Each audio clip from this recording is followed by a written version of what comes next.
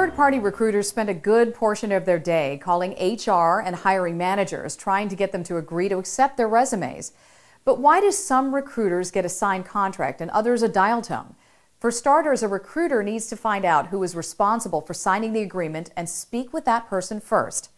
Some recruiters tend to use a backdoor method of working around an HR manager.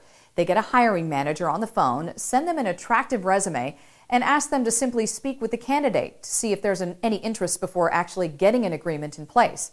Although this may seem like a smooth move, it will likely backfire and result in the candidate losing out on the opportunity, the recruiter losing the fee, and the manager losing a candidate he liked. It will also leave both the candidate and the HR department with a negative feeling toward the recruiter.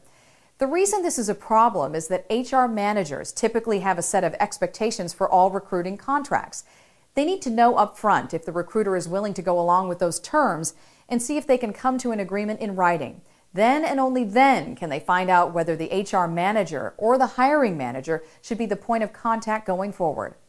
Another important reason is that if a manager is working with multiple recruiters for the same opening, resumes all need to be filtered through the same person because, inevitably, there's bound to be some overlap, despite all efforts to prevent it. This is extremely important because it's the recruiter who gets the resume in the door first who will get credit for the placement. Additionally, the manager will want to know what methods of search the recruiter is using.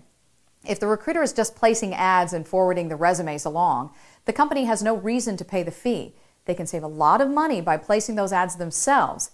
You, as a recruiter, have to show them what your company can do that they can't do. When you reach an HR manager on the phone, the best thing to do is let he or she know that you were just reading about the company and noticed that you can help with some of the openings that are posted. Let them know your specialty and your strengths and see if you can schedule a time to meet.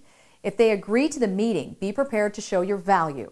Recruiting fees are expensive and the HR manager needs to justify that expense.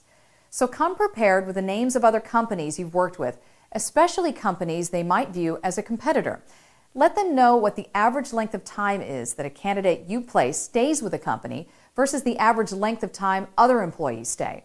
Let them know how long most of the searches will likely take and how many viable candidates they can expect you to submit. It's also important to keep your fee consistent. You don't want one company to find out they are paying a larger percentage than another, but be flexible in terms of your guarantee. If you typically guarantee a candidate on a sliding scale from 30 to 90 days, offer a full guarantee for the 90 days so that the company recognizes how confident you are in the people you represent. Be sure to be honest throughout the entire process. If the company has budgeted $100,000 for a position, don't let them fall in love with a candidate looking for $150,000 without letting them know. Oftentimes, you can get a company to talk with a candidate for comparison's sake, and once they see the difference, they'll be willing to make the jump. But no matter what, you must keep the company informed with everything you know about the candidate. Follow these steps, and you'll have a great chance of building your recruiting business for the long run. I'm Lynda Martin for the Job Channel Network.